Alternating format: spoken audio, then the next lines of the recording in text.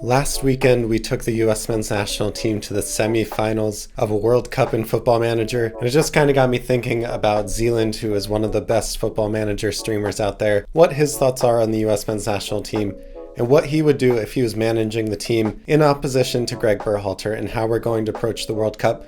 So make sure to stick around as we talk to Zealand about how he would manage the US men's national team and what his expectations are going into the World Cup. Thanks so much for watching, guys. I'm Jake, this is FIFAmerica. Enjoy. Peace. What is up, Zealand? Welcome back to the channel. How are you, man? I'm good. Very well rested because I knew I had to talk about the U.S. national team today, and that's always requires the most energy, I think, for good and We bad. might add some wrinkles to the forehead today, but we'll see. We'll see.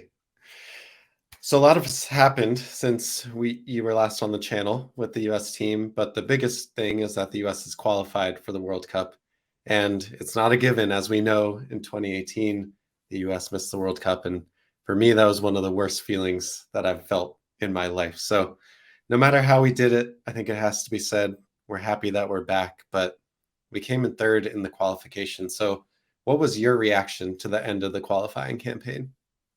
Relief and disappointment. I was relieved that we made it, but when you look at Mexico's got its worst team in at least a decade. Right, this is not a good Mexican team. It's a team that we've beaten for the Nations League, we've beaten for the Gold Cup when our B team was out there, and yet somehow when it comes to qualifying and executing against teams like El Salvador or at Panama or at Costa Rica, we tied with Costa Rica in the table. We got to the World Cup on goal difference. It is a relief that we got to the World Cup. I'm not one of those people that I'm not in the studio popping champagne like a lot of the ex national team players were, which I don't know if that rubbed me the wrong way. It kind of did, because I'm over here like, man, come on. We're a country of 340 million people where soccer is the fourth most popular sport. You look at the player pool that creates. I mean, that player pool by itself would be like, I honestly should figure this out for a video, but I'm pretty sure it's the second biggest country in CONCACAF. Just the people that have soccer as their favorite sport, which is the fourth most popular sport in the country. So it is amazing to me that we are still celebrating with as much enthusiasm as we did. When I realized we made the World Cup after beating Panama 5-1, and you're just like, okay, all hell would have to break loose for us to miss the World Cup. You go, like, oh, okay, we are good. But when you look at the final table, I think of South America, right? I think of Mexico and the U.S. as the Brazil and Argentina of CONCACAF, like the two teams that no matter what happens have to be up there, right? They just have to be. And both of those teams were, they were 10, 12 points away. And when I was simulating qualifying for the World Cup, which is something that also just kind of rubs it in because I'm doing all these simulations on Football Manager, the U.S. is getting 35, 36 points in qualifying, dropping points in 3 or 4 matches, right? Or in one simulation, they only drop points in 2 matches. And that's Football Manager, which generally undervalues, I think, the ability of certain American players, with the exception of Gio Reyna. So I was largely disappointed with the twinge of relief. Like, okay, at least we're on the dance floor. I'm not optimistic, but at least we're going. We're there. We're gonna have a chance to do something. And boy, are we gonna have a chance to do something in the group stage. That's yeah. We'll talk about that a little bit later, but just to stick on this qualifying point for one last question is, where do you kind of stand in the debate in terms of our team being really young and inexperienced and therefore a bit more volatile in our results? Like in the game against Costa Rica, we did put out what was essentially our best starting 11. So you can't really, like, a lot of people will point to GREGG as a reason why we didn't get the results that we wanted in the qualifying. But in that last game, like, we did have our best team out on the field to get a result, and we couldn't do that. Our sponsor today is Bet Online. They continue to be the #1 source for all your betting needs and sports information. Find all the latest sports developments, including updated odds on the NBA playoffs, the fights, even next season's fixtures. And don't forget that Major League Baseball is back as well. Who are you picking to win the World Series this year? BetOnline is your continued source for all your sports wagering needs, including live betting and your favorite Vegas casino and poker games. It's super easy to get started, so head to the website today or use your mobile device to join and use our promo code BELIEVE, that's BLEAV, to receive your 50% welcome bonus on your first deposit. BetOnline, where the game starts. I think that we lean on the inexperience a little too much. I understood the argument in the first qualifying game against El Salvador on the road. El Salvador, in particular, all of a sudden a decent team because they recruited their diaspora and really focused on building a national team, and they did it the right way. And so they've got this that was a unique atmosphere. And so I accepted the excuse of a packed house in El Salvador, a nation that's not been at this level for a little while. And so they get a kind of a ridiculous amount of energy and a team that's actually pretty good. And our team, some of them playing their first qualifying game ever. I think it was like 6 or 7 of the 11 that started that game were playing their first World Cup qualifier ever. But you played 14 now. I mean, really, like this is your 14th qualifier. For the majority of the guys on that field, they've played in at least 7 or 8 of those qualifying matches. Like, you can't sit. That's more qualifying matches than Christian Pulisic had played when he was, the chosen son that was supposed to carry us through Trinidad and Tobago, and nobody was sitting there like, well, he's young, he's not. So, like, the generation is coming. That's why we lost to Trinidad and Tobago. I mean, one misstep. Right. One point anywhere, and we are playing against New Zealand to go to the World Cup. Over 14 matches, one more point. Like the goal that Jamaica scored that should have counted, that would have beaten us in Kingston or would have taken points off us. If it should have counted, it was taken away. If it did count, we're playing New Zealand for the. Yeah. And I think we're having a completely different conversation. Right now, the conversation is, oh, we did good. We should have done better because they were young. I think the conversation right now is, wow, we did kind of poorly. I know we're young, but we should be accomplishing more than this. I mean, when you look, we have, in my opinion, 2 or 3 of the best players in CONCACAF. No question. With a national pool that should be able to beat everybody, including Mexico, in CONCACAF, based off of any metric you want to use to measure player success. Unless you really think that the Mexican League is that good, which I mean, it's the best in CONCACAF, but it's not that good. When you're right back at Barcelona, your left back's playing for a team that'll be in the Premier League next season. Your midfielders are playing for Leipzig, who's in the Europa League semifinal, Juventus, who makes the Champions League knockouts every year, and he's cemented a starting spot there. Pulisic, who got the number 10 at Chelsea because he absolutely carried them at the end of the pandemic, even though he can't keep his hamstrings together. Gio Reyna, who plays at Dortmund, even though his hamstrings disagree with him too. And even though we don't like them, a collection of strikers that play in top 10 leagues in Europe. So I keep coming back there. Now, I can't blame the lack of experience anymore, because by the time you get to your 14th qualifier, you know what's coming. You know what's coming. You've played away in these games before. I'll call out a little self-promotion. I had Hugo Perez, the coach of El Salvador, on the channel, and he was talking about how knowledge is way more important than experience for a player. If you have knowledge of a European night or performing at the level to get the number 10 at Chelsea, that is more important than experience in CONCACAF, in his opinion. But you mentioned the draw for the World Cup and the damage that we could possibly do, or the damage done to us, honestly. But the draw puts us in a really challenging group with England, Iran, and the European playoff winner. How do you feel the U.S. will perform in this group? I think that talent-wise, the U.S. will be the second best team in the group. I think that that's a position that makes American fans uncomfortable. It makes me uncomfortable. I'm used to going into a group with the underdog mentality. That is the U.S. national team mentality. You go into a group with Germany, Portugal, and Ghana, and you're going, I think we're going to lose every game, but I'm going to root for our boys, and we're going to take. Now we're going into the group with a completely different mindset 8 years later.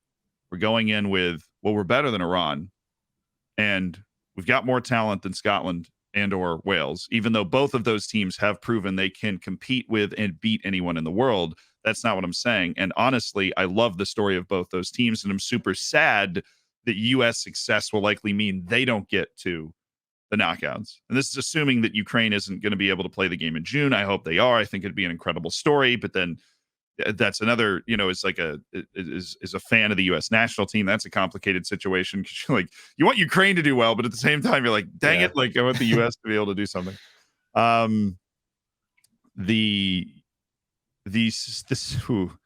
This is the first time in my living memory that I am expecting us to get out of the group stage. In 2010 and 2014, we did. I wasn't expecting it. I was hoping that it happened. Now I'm expecting it. Do I think that we are going to do it? I'd say it's about 60-40. Iran is not bad. It is somebody that passionately follows the international game.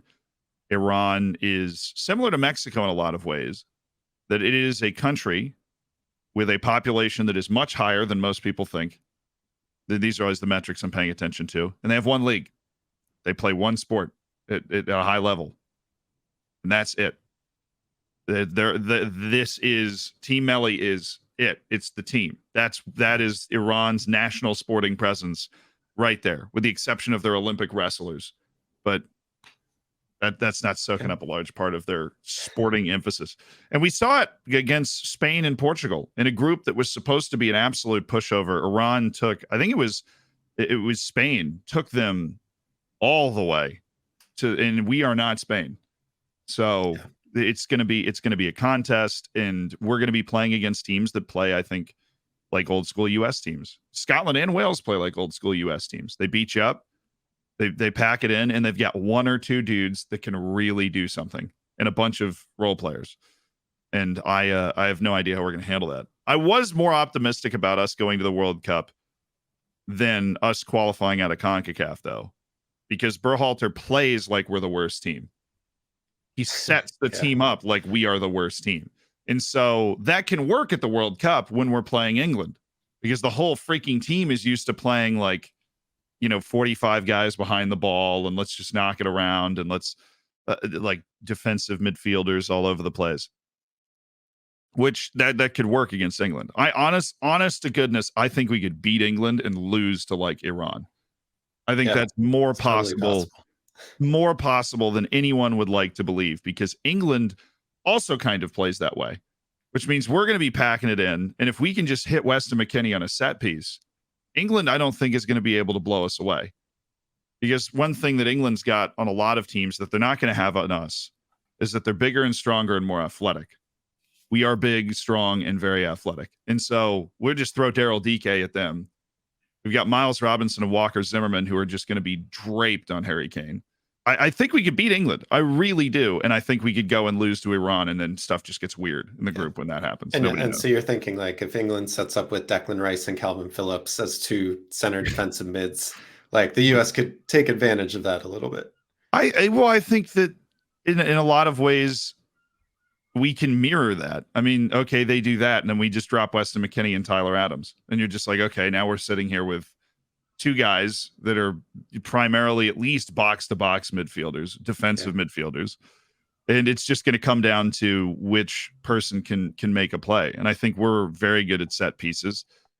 It's the only goals we scored in qualifying were set pieces. It's amazing. It's like 50% of our goals.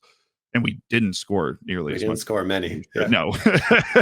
We didn't score nearly as much as we should have. But the goals, I mean, even against Honduras, when it was negative 25 degrees outside, we scored 3 set pieces. Like, okay, that's just, I mean, why are we even heading the ball at that point? I think we can mirror them in a lot of ways. They obviously have Harry Kane. But on the wings, they're going to be coming at us with Foden, with Grealish, with Sterling. We're going to be, hopefully, put Gio Reyna in a cryo chamber for 6 months. He's going to walk out there in him and Pulisic, and it'll be fun. It'll be low scoring. I think there's going to be one goal in the game, and I think whoever scores that goal is going to win the game. And that's the game that everybody's going to want to pay attention to, and is going to be fantastic. But that's also not the game that's going to determine whether we get to the knockout stages. It's the other two games. It is Black Friday. People are going to have off. It should be a huge game, just television wise, in the US. I'll be home with some face paint on or something, and be ready to go. Nice. So 60-40, you're saying US advances. Yeah, because the US is the second best team in that group.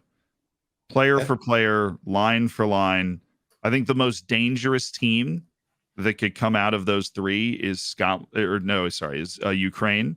They're also the least likely to come out of there, given the present circumstance, and obviously thoughts and prayers with them. But then I think Scotland. I would be afraid of Scotland. If we get Wales, just tackle Gareth Bale. I know people have been trying to do that for a long time in a Wales shirt, and it's just very hard to do, but that team is hilariously bad. Yeah. And worse than you think it is. It's like him, then Dan James is down here, and then everybody else is. I mean, there's their striker plays in the championship. Even Aaron Ramsey's back in the Scottish Premier League. Like, they don't have big players around him. They have nothing. The fact that they're able to get to the point that they've gotten, even that team that got to the semifinals of the Euros in Wales' second ever trip to the Euros, had this second layer of players. They had some guy in defense whose name I can't remember. That was when Aaron Ramsey was at the peak of his power, and so it was him and Gareth Bale. Wayne Hennessy was at least a Premier League keeper at that time. So they had a different set. Now they're even worse than they were then. I respect Gareth's hustle, trying to get his nation to the World Cup for the second time ever, but I am hoping that he does, because I feel not only would it be fun to play Gareth Bale, I feel like they're just the worst team out of the three. Yeah. I mean, either way, there's going to be a lot of storylines with whether it's Ukraine coming from the war and getting to the World Cup, whether it's Scotland or Wales on the island of the United Kingdom playing against England, and then England, obviously, with those storylines and the former colony of the US. It's shaping up to just have so many undercurrents with it on each game. But then the game against Iran, I think that's going to be a really intense game. Just because you can't discount that. Yeah, it's going to be real. It's one of those things. It's just because both nations are really, really not going to want to lose. I think it's more. We just don't want to lose. I don't want to lose to Iran. Iran definitely doesn't want to lose to us. We both have bones to pick with each other. I watched the movie Argo last week. Just getting ready. yeah. Emotionally preparing. Doing a bit of preview. It's actually completely random that I did watch that, but that was like 2 days before the draw.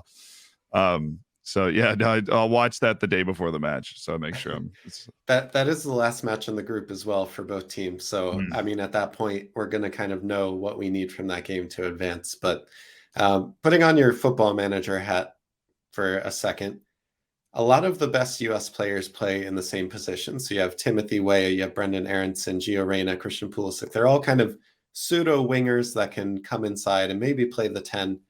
How do you get the best out of our players? How do you put the best 11 on the field? Right. I think that what you need to study if you're Greg. Now, I don't know if he'll do this. He seems to have an unwavering belief in the way that he does things. But I think what you need to study is the way that somebody like Thomas Tuchel manages a team like that, because he has a similar collection of players stylistically. You have Havertz, you have Pulisic, you have Mount, you have Ziyech, right? And then you find a way to put three of those guys together and have them play this interchangeable front three game. And given the U.S. and its struggles to produce a reliable number 9, right? Ricardo Pepi is adjusting to Germany. He's learning to speak German, and he picked a bad team to play for. And I think he's adjusting to all of that. And he seems to be struggling for form. He hasn't scored in a couple of months. And so he's not the guy that we can just rely on anymore. And to be perfectly honest, he didn't feel ready when he was scoring goals for the U.S. national team anyways. It's just not on the same quality plane as the other guys. You got to study them. You have to study them, and you have to study Liverpool, because Liverpool does the same thing. They bring in Luis Diaz, and then they'll sub him in, and Bobby Firmino, and obviously Mane and Salah. And they have the interchangeable parts in the front. And the way you get the best out of those guys is matchups, I think. Pulisic is generally going to be best coming off the left. And so unless the matchups absolutely dictate he should be somewhere else, I think you have him coming off the left. And then in the other two spots, it is just where you feel like you're going to be able to exploit weaknesses the most. I think Timmy Weah is a fantastic right wing, most direct player that we have. As long as he can stay healthy, he gets the ball, advances it up the field. He can play in tight windows, which shows that he plays in a really advanced league. And he's a Ligue 1 champion, which probably doesn't get enough credit for, right? I would love to see him and Reyna and Pulisic be that starting three. If I'm choosing for the one match, I'm putting Reyna in the middle. Yeah. And I'm having Reyna drop off, pick the ball up, and try and make runs, because we don't play direct. I mean, what's the point of playing with a traditional number 9, Daryl DK, Ricardo Pepi? Is that you are putting the ball in the channel, you are playing off of them, you're using them to push the line back. We don't do that. When was the last time you saw Miles Robinson just cock back and hit a ball into the channel? Not for a wing, but for the center forward. It doesn't happen. Ricardo Pepi's not like taking the ball over his shoulder. He's not running in towards the end line. And so if you have Reyna there, I mean, he loves picking up the ball. He's got incredible control with the ball. He obviously is really great at running with the ball, and he's got the type of size that makes him at least influential in the box in a way that Pulisic is not when he plays false 9. And so having Reyna there, he drops in and works as part of the build-up play. You can run one of your midfielders off of him. I don't care if it's Leggett or McKennie or whoever you decide should be there, and it shouldn't be Leggett. I want to make that clear. But even if it is, or Areola got in or a lot of trouble there. yeah, I know. Somebody's going to be like, he said Sebastian. No, I don't think Leggett should be there. The ghost of Sebastian Leggett. The ghost of. I just know he's probably going to be there, right? Like, again, against the will of everybody. And at the point, if he's there, then I'm going to root for him to do well. The same with Areola. I was hoping he was going to cash that bicycle kick whenever that was, but at least he scored his first header in his career. That was fun against Panama. The point is, you have Reyna drop in there. You've got people like McKennie that can fly off of him. You got people like Dest that can fly off of him. Our best attacking players are not the striker spot. And so have Reyna drop in. We do our slow build-up thing, and then we use Weah and Pulisic to break something open, make the pass, score the goal. I think. Do you stick with a 4-3-3, or do you play something like a 4-2-3-1 and have Reyna in the 10 spot? I think the issue with a 4-2-3-1 is that we don't get our best players in the field. I think that if you go 4-2-3-1, then we need to put 4 attacking players in there. And I don't know, like, basically the next guy up's Brenden Aaronson at that point, and then who plays the actual striker position. I feel like there's no point to even discussing that, because we know what Gregg's going to do. It's going to be a 4-3-3. It's going to be a defensive 4-3-3 with like the inverted midfield where you get 2 defensive guys, one that kind of swings, and then one attacking midfielder. A 4-2-3-1 would be interesting, and I'd love to figure out how to get Aaronson, Weah, Pulisic, and Reyna to play together as part of that front 4. And then when you have Adams and McKennie, I mean, I like it. That's a pretty good front 6. It is, but I don't think he'll do it. It's not happening. No, we're gonna end up with Gyasi Zardes in front of Reyna and Pulisic, and we're just gonna that's the life we're gonna live. And I hope it works. Don't say that. He really, he's good on the small field in Hamilton. That's what I'm thinking. Gyasi Zardes' last start was away to Canada. It's amazing to me. Even in that window, we started 3 different strikers in each of those games, and none of them worked. But I kind of like Ferreira. I don't know why. Me too. Yeah. I kind of like Ferreira. I didn't really know who he was, and then he just kept getting called up and they kept putting him in the team, and he seems to have the only one kind of scoring a bit. He's got build up. He does have build up and some elements of comfort passing the ball around, which is rare apparently for us.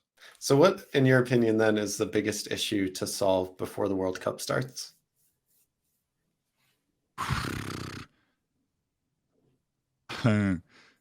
I like our center backs. I do. I don't think they're the best 2 center backs that the U.S. has. And I think that while a lot of people will say we need to get a number 9 firing, we weren't going to score a lot of goals at the World Cup anyways. I'm going to spoil that for you. So this is more about being able to not Jeff Cameron this and just kick the ball backwards towards our own net. Walker Zimmerman and Miles Robinson have not played against Foden, Sterling, Kane, Grealish. Those guys are worth $100 million at least. Every single one of them. Rashford, like anybody that's going to be flying off them, Lingard, for crying out loud, they have not played against players like that ever. Those guys don't exist on Mexico, right? Tecatito Corona is on a whole different level down from these guys. You need John Brooks. We don't want to need John Brooks. You need John Brooks because he plays against Serge Gnabry. He knows what that looks like, right? He's gone up against Lewandowski. That is invaluable when you're going up against Kane. Those are two of the three best strikers in the world. And he knows what it looks like. He knows what it feels like. And most importantly, he doesn't get embarrassed by it. He doesn't get outclassed. Right? He had a bad start to the season, but he honestly has played pretty well the last couple of months. And I don't know what him and Berhalter got in a fight over, but look, it's John Brooks in the World Cup. And that and Chris Richards, those two guys, those are the best center backs the United States has. They both play regularly in the Bundesliga. They both are familiar with what that level of competition looks like. And I am afraid that Berhalter is going to ride the form into the World Cup on Robinson and Zimmerman, and they're just going to end up getting rinsed. Not even because they can't handle it, just because they've never, I mean, not only is the pressure at a World Cup something that literally no one on this team has experienced before, ever. It's also the talent level is completely different. Not on Iran. Iran, they will have seen that before. And against everybody on, Wales and Scotland, with the exception of like Andy Robertson coming from the back and Gareth Bale coming from the front, they will have seen it before. I'm really afraid that there is a small version of a game against England where we lose 4-0 because Miles Robinson and Walker Zimmerman just can't handle it. And it's not their fault. I mean, because it is a completely different level. And there are only 2 U.S. center backs that have been to that level and come out the other side and survived. And Berhalter doesn't seem to like either of them.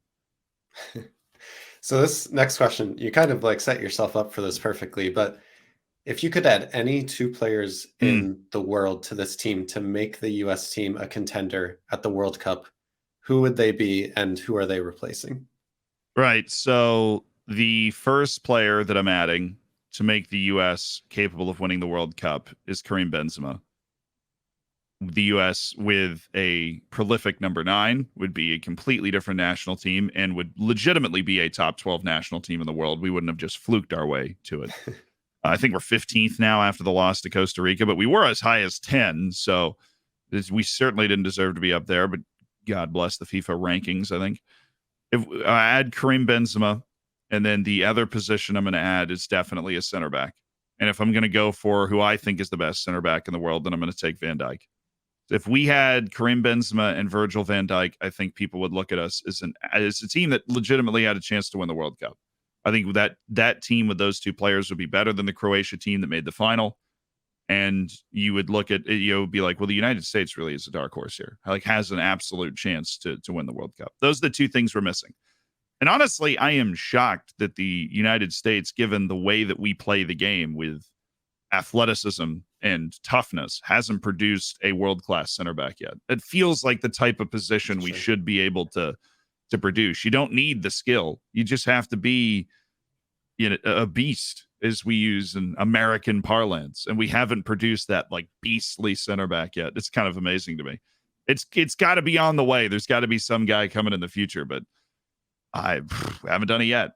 And I'll take Virgil van Dijk in the meantime. I mean, it's crazy how close we are, though, to being a contender. Yeah. Genuinely, like if you add those 2 players, there is a chance. There is not a 4,000 to 1 chance. There's a absolutely 80 to 1 chance, 50 to 1 chance. Yeah.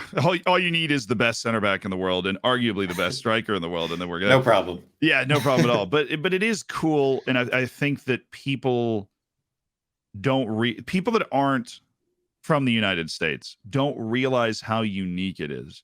People are like, why do you talk about Pulisic so much? I'm like, look, you're English.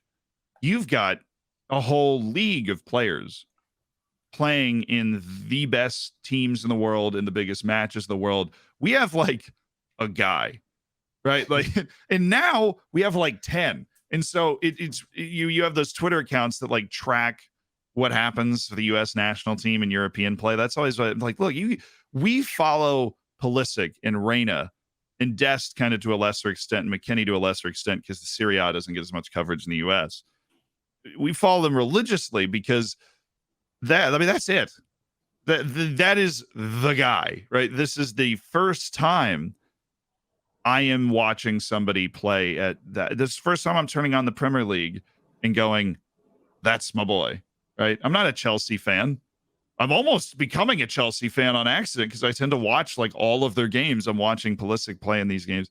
Barcelona's the same way with Dest. He had a poor game last night, but I am blown away at how much progress we made. When you look at the team that got to the round of 16, I mean, we had Chris Wondolowski on that team.